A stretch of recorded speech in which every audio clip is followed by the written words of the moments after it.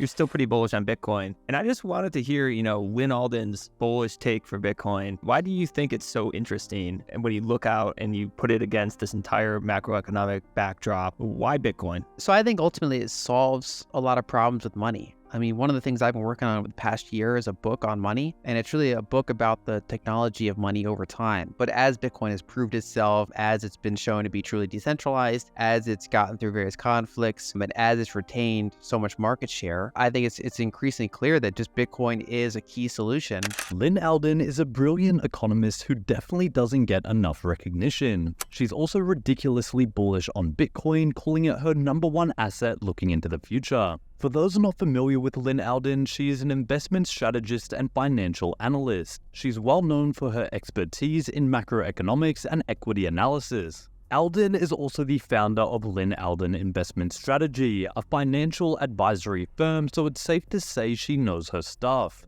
In her latest interview, Lyn broke down exactly why Bitcoin is the #1 asset she's bullish on looking into the future. Make sure to stick around to the end of the video where Lyn breaks down the BlackRock spot Bitcoin ETF and gives her analysis on the next Bitcoin bull run and why she believes, with the ETF or not, it's inevitable. Also guys, I have just launched a daily 5-minute crypto newsletter. I was so sick of seeing people charge hundreds to thousands of dollars per month for on-chain crypto data and breakdowns. So to give out as much value to you as possible, I'm sending out a 5-minute daily newsletter which will cover expert predictions, breakdowns of on-chain crypto data, and any breaking news that you need to know all in a nutshell.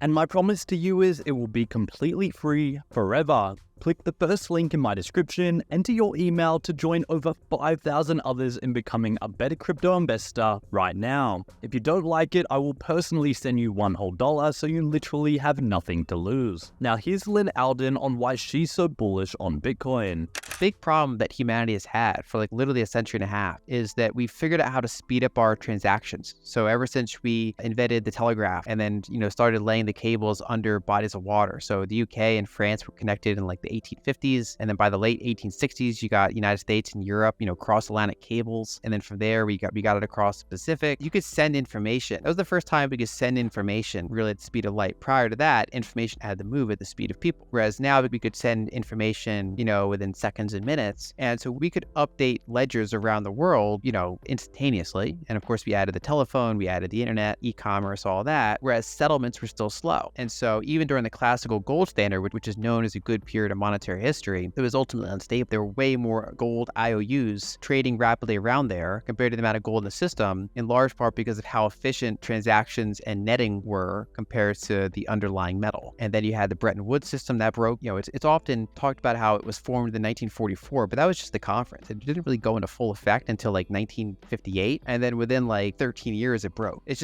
basically all these ways, all these bad systems try to close that gap between transactions and settlements. And so what I think Bitcoin represents is the first time where you have settlements that move at the speed of light or almost the speed of light. And so that's the first time where that fundamental mismatch is solved. And it's now, it's been a while. I mean, at first when I saw Bitcoin, more than a decade ago, I was like, that's neat, but who knows? I don't know if that was going to be the winner. I don't know what this market's going to look like. But as Bitcoin has proved itself, as it's been shown to be truly decentralized, as it's gotten through various conflicts, and as it's retained so much market share, I think it's increasingly clear that just Bitcoin is a key solution to money. And the world's been stuck in this local maximum, right? So obviously, the invention of telecommunication systems is a good thing, but it did leave us with a situation where gold and silver are not effective money. Central banks have a monopoly on, practically on money. There's 160 different fiat currencies approximately, and each one is a monopoly in its own area. But then, other than the top, say 5, there's very limited salability anywhere else in the world for that country's currency.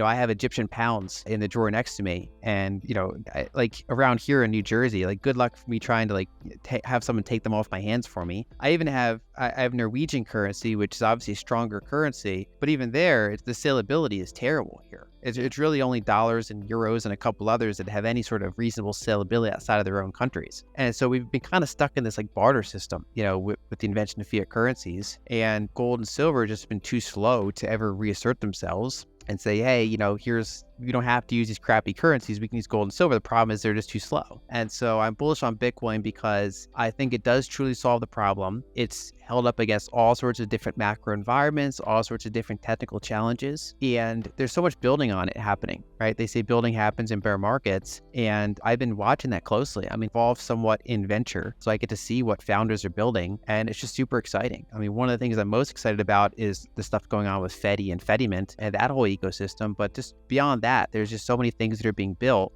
And I think the world's just not ready for it yet. And I think that that'll materialize in the years ahead. And of course, any given 6-month period, Bitcoin's price is going to be tied to liquidity. So a handful of choices between Yellen and Powell and a few others can probably move the price pretty substantially. So I don't really try to make 6-month predictions, but I think the floor is probably in. And I think we're headed higher in the years ahead.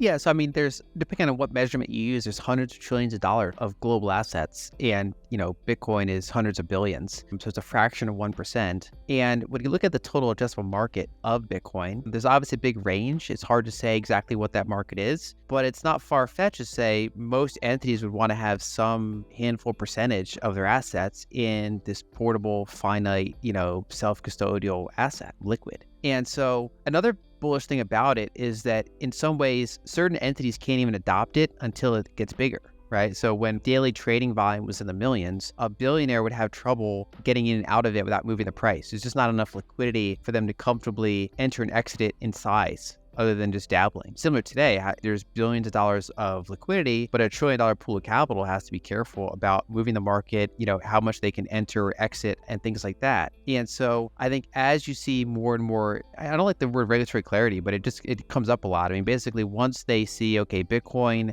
is different than some of the other assets, the government's not going to ban it or it'd be silly if they did, you start to see different pools of capital to say, okay, it's normal to have a non-zero amount in this asset. So, 6 years ago, BlackRock called it like an index for money laundering. And now they're filing ETF to hold it, right? So they've done a complete U-turn on how they perceive the asset, largely due to market demand, ongoing adoption, ongoing education about the space. I think to some extent, I would always like to see, I'm always more interested in developing country adoption of Bitcoin more than I am Wall Street adoption. But to the extent that the network continues to be successful, large pools of capital entering it are inevitable. And they do add liquidity to the overall ecosystem and overall market size. They benefit miners, they benefit users. So it is a positive development in my opinion. But of course, I'd be more bullish to see a 1,000 different Fedimints pop up and, people around the world, custody it in their countries rather than see these big, honeypots form. But I think that I'd have to agree with that phrase, everything's good for Bitcoin. I generally would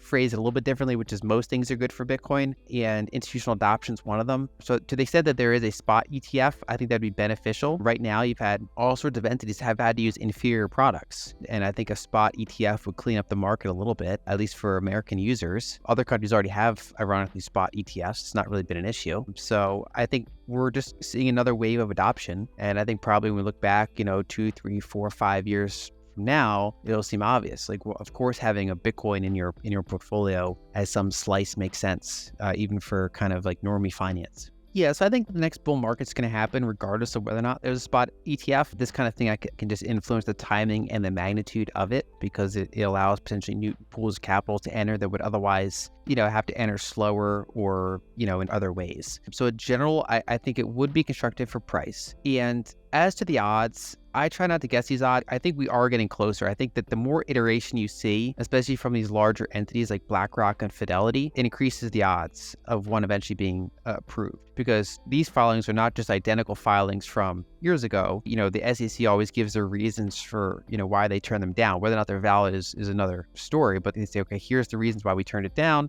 And so then these filings come along and say, okay, we addressed the reasons that you've turned the other ones down. And then they can say, well, it's still not quite. So okay, that's fine. We iterated again. We went and made it even more specific. Right. So it's eventually kind of the SEC gets stuck in a corner where you answered everything they said to do. And they either have to say, we don't like Bitcoin, we're not going to approve one, or they just have to, capitulate and start allowing a couple spot Bitcoin ETFs to form. I think one of the funny things is they allowed a leveraged Bitcoin futures ETF, which is clearly a less safe product than a spot Bitcoin ETF. And so it's really hard to be in that environment where you're just always holding back a spot ETF, but you're willing to do a leveraged futures ETF. As for how it's good or bad, I think, I would not want to see a particularly large percentage of Bitcoin held by, BlackRock and Coinbase and, large entities. Generally, the biggest problem that gold faced is because gold was slow. Gold got centralized and abstracted and allowed for all sorts of claims to be built on top of it. And those claims were not tested very frequently because most people didn't want to withdraw their gold, like having access to the liquidity of a globally interconnected ledger, for lack of a better word. With Bitcoin, I think the main thing is that it's really easy to test, whether or not someone has the Bitcoin they say they do, making sure there's not enough IOUs being built on top of it, at least relative to the size of the overall market. And so I think it's better if people self-custody or do collaborative custody or do local custody, like let's say Fedimint, things like that. There's a spectrum that people can do rather than these big giant honeypots, like one entity holding millions of people's Bitcoin. But I think that at this stage of adoption, people do want to have it in their brokerage account. They want to have a slice of Bitcoin in a diversified portfolio. And I think to the extent that there are a handful of different ETFs out there, that's good for them. If someone would not buy Bitcoin otherwise, if, the majority of their capital is in their 401k or in their IRA, they want to have, some X percent of Bitcoin in there, and that's the majority of their capital. The fact that there's a spot ETF, I think, is a good thing. But, in general, it's always going to be an inferior product to the, the real thing, because the real thing, you can self-custody it. You can bring around the entire world with you. You can tip people on Nostr with it. You can do whatever you want to do with it. Whereas when you have it in that ETF form, it's only really good for price. It's more just like strictly an investment, which, is a good starting point, but different pools of capital, different products for different pools of capital.